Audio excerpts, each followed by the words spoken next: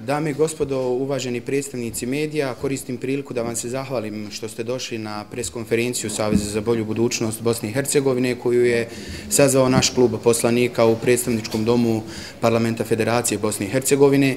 Danas će vam biti predstavljen nacrt zakona o nezastarijevanju krivičnih dijela, ratnog profiterstva i krivičnih dijela iz procesa ratne privatizacije koji je pripremio SBB BiH i koji će biti upućen u parlamentarnu proceduru. Pozivam predsjednika Saveza za bolju budućnost, gospodina Fahrudina Radončića, da vam se obrati. Izvolite, predsjedniče. Poštovane dame i gospodo, uvaženi kolege, imam čast da vam se obratim. Kao što znate, mi smo u predizbornoj kampanji obećali građanima borbu protiv državne mafije. Ja smatram da je ovo danas istorijski dan, jer se prvi put predlaže zakon koji poništava ratnu privatizaciju. Ako ne zastarijeva krivično djelo ratnog zločina, neće zastarijevati ni krivično djelo ratne privatizacije. U tom smislu naši su eksperti i naše je predsjedništvo odlučilo da predloži zakon kojim se ova djela sankcioniraju i on će preko našeg kluba, koji je zakonski ovlašten, da u skladu sa skupštinskom, odnosno parlamentarnom procedurom, zakon proslijedi. Mi danas to i činimo.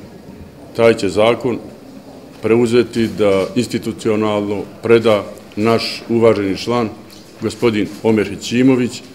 Zašto baš on? Zato što je u pitanju borac, zato što je u pitanju vojni invalid koji ima 80% invaliditeta i mi simbolički želimo da pokažemo da će ovaj zakon gurati patriote na štetu ratnih dezertera koji su iz dezerterstva privatizirali nešto što se nije moglo privatizirati. Pozivam gospodina Hećimovića da mu zvanično predam zakon koji će ići u proceduru. Hvala, predsjedniče. Stojimo na raspolaganju, mi nismo zamislili da vam oduzimamo previše vremena. Gospodine Radončić, ti nam uvijek to evo malo glupo da vas pitam šta sadrži zakon, da možda neke osnovno što je slično smo inicijativu imali ranije i od SDP-a od ostalih političkih partija. Drugo pitanje, mislite da će on zaista na pozitivan? Dakle, na pozitivan prijem kod ostalih stranaka koji sada vladaju. Ništa slično do sada se nije pojavilo u Bosni i Hercegovini, jedino je vrlo slično zakon koji je usvojen, odnosno usvaja se u Republici Hrvatskoj, a tiče se poništavanja ratne privatizacije. U ovom trenutku ja nisam veliki optimista da će pogotovo SDA, pod čijom palicom se i obavljala ratna privatizacija, podržati ovaj zakon. Blagi sam skeptik hoće li to uraditi SDP jer imao 2 godine apsolutne vlasti za vrijeme alijanse, ali očekujem da su današnja ukupna politička situacija u regionu situacija takvi da će SDP podržati ovaj zakon.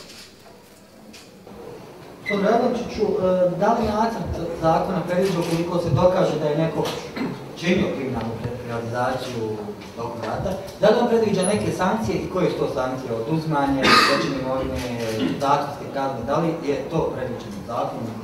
Sve teške zloupotrebe su već tako zakonski obrađene po krivičnom zakonu da se sve mogu sankcionirati. Šta je privatizacija? Privatizacija je ekonomska kategorija da u najboljim uslovima mira, i ne samo mira, nego u najboljim uslovima tržišta i u transparentnoj utakmici više ponuđača, država dobije najviše novaca za nešto što su stvarale prethodne generacije. Da li se mogla vršiti privatizacija u opkoljenom Sarajevu, a ja sam tu bio svaki dan, i to iz dezerterstva, bez tendera, bez više ponuđača i u trenutku kad je ovaj grad krvario? Naravno da nije moglo. Mi predlažemo zakon, a njegovim provođenjem neće se baviti političke stranke, nego pravosudni i ostali organi.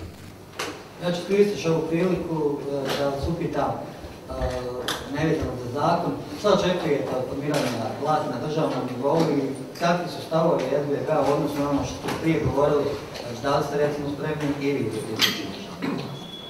Ja sutra u 9:15 imam poziv od članova predsjedništva gdje će se razgovarati o budućem mandataru.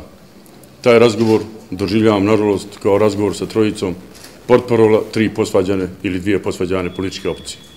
Za sada sam pesimista da će se vlast konstituisati. Što se tiče ovog zakona, da li ste uopće pravili analizu koliko je to firmi privatizovano u toku rata, odnosno koje će doći pod udar ovog zakona? Ko su ti ljudi koji su privatizovali, imate neka imena? Mi ne smijemo dovoditi u pravnu nesigurnost ljude koji su pošteno preko agencija za privatizaciju, preko javnih tendera, u konkurenciji više ponuđača privatizirali firme nakon rata.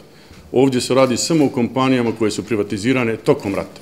Da li imate podatke koliko je kompanija, koje je privatizirane? Pa znamo da je Sarajevska pivara, znamo da je kombinat aluminijuma, znamo da je još nekoliko fabrika, ali je to mnogo, mnogo manje nego se misli kada su u pitanju ljudi koji su to privatizirali. Radi se o elitističkom klanu od nekoliko ljudi, ali o ogromnim društvenim posljedicama. Jer danas imate situaciju da je samo jedan taj klan uništio preko 120 nekad vrlo uspješnih kompanija, do kojih je došao bez jednog tendera. Hvala.